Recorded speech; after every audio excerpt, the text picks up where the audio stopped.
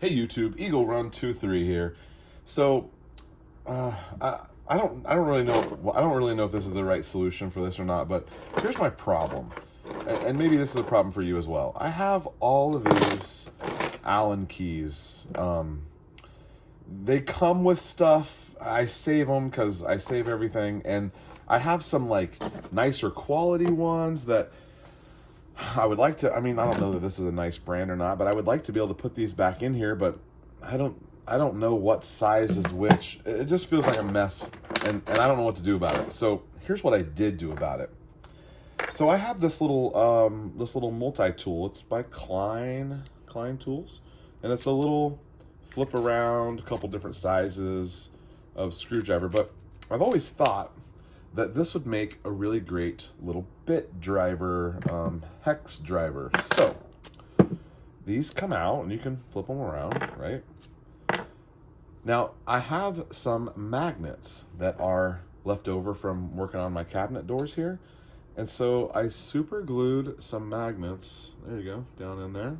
And now these click in. So these are obviously made for like an impact wrench, and these are impact rated, although I don't really know why you would impact a hex key, whatever, Allen key. So this brand I've had before. They seem to be okay. Nico. Actually, my digital calipers are Nico brand. So I bought a metric and a standard, and my intention is to use these with this when I'm working on things that take, you know, all the different Allen keys and stuff. So anyway, this is my idea, and we just got those. The magnets are just now dry, so I guess we can kind of see how this works. Now these are labeled, they have the size on them, although normally what I do is I just grab a handful of them and I just keep going until I find one that fits. I don't know if that's what you do. Is there something I'm missing to this? How do you have any idea if it's metric or standard, which is stupid that we have both of these in Allen keys because they're really close to each other. 2.5 millimeter, 1.5 millimeter. This is crazy.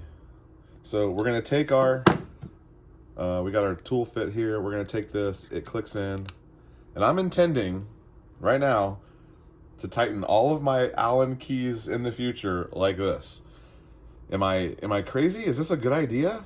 I don't know what you guys do. Like maybe you bought like the nice T-handle ones that are all marked. I've got $9. One of them was $9 and one of them was $11. I already had this, so that was free. The magnets I already had. I've got 20 bucks in this project, and I feel like this is a semi-viable solution. I'm not throwing these away, but I'm also not wasting 10 minutes digging through a drawer being like, oh, bigger than that, oh, smaller than that, bigger than what a mess. And I don't even know if these are metric or standard. There's no way to know. They don't say on them. I don't know. What are you guys doing with your hex keys and your Allen keys? And down here in front of the reloading press, I have a little magnetic rail that I've got, you know, some random reloading specific tools on, and some of the Allen keys that go to my machine, I've got magneted on there.